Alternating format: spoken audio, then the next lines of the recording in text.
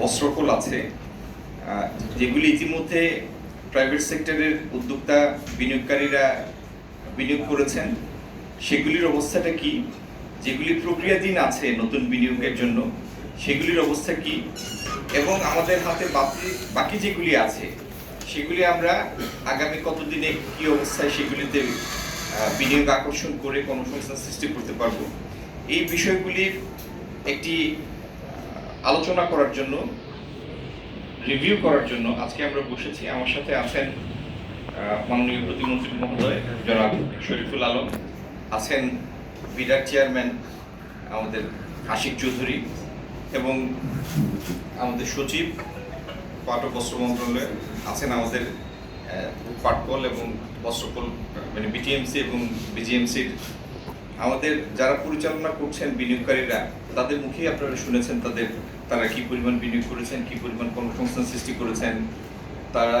তাদের টার্নওভার কি, তাদের প্রজেক্টের টার্নওভার কি ইত্যাদি।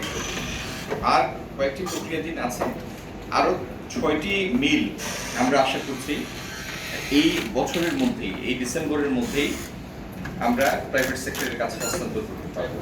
এবং প্রতিটিতেই আমাদের প্রত্যাশা শুধু না, প্রজেকশন যেটার উপরে আমরা দিচ্ছি, প্রত্যেকটাতেই 1000-এর বেশি কর্মসংস্থান সৃষ্টি হবে, নতুন বিনিয়োগ আসবে।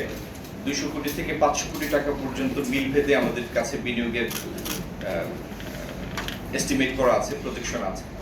ইনশাল্লাহ পাট এবং বস্ত্রকলের অধীনে যে কয়টি মিল আছে অদূর ভবিষ্যতে সবগুলি মিল আপনারা কোনোটি এই খাতে, কোনোটি ভিন্ন খাতের বিনিয়োগে চালু অবস্থায় দেখবেন, হাজার হাজার কর্মসংস্থান সৃষ্টি হতে দেখবেন, এবং মূল্যবান বৈদেশিক মুদ্রা এবং অনেকগুলি ইম্পোর্ট সাবস্টিটিউট ইন্ডাস্ট্রি এই খাতে প্রতিষ্ঠিত হবে। আগামী দিন সেই পরিকল্পনা নিয়ে আমরা এগিয়ে যাচ্ছি।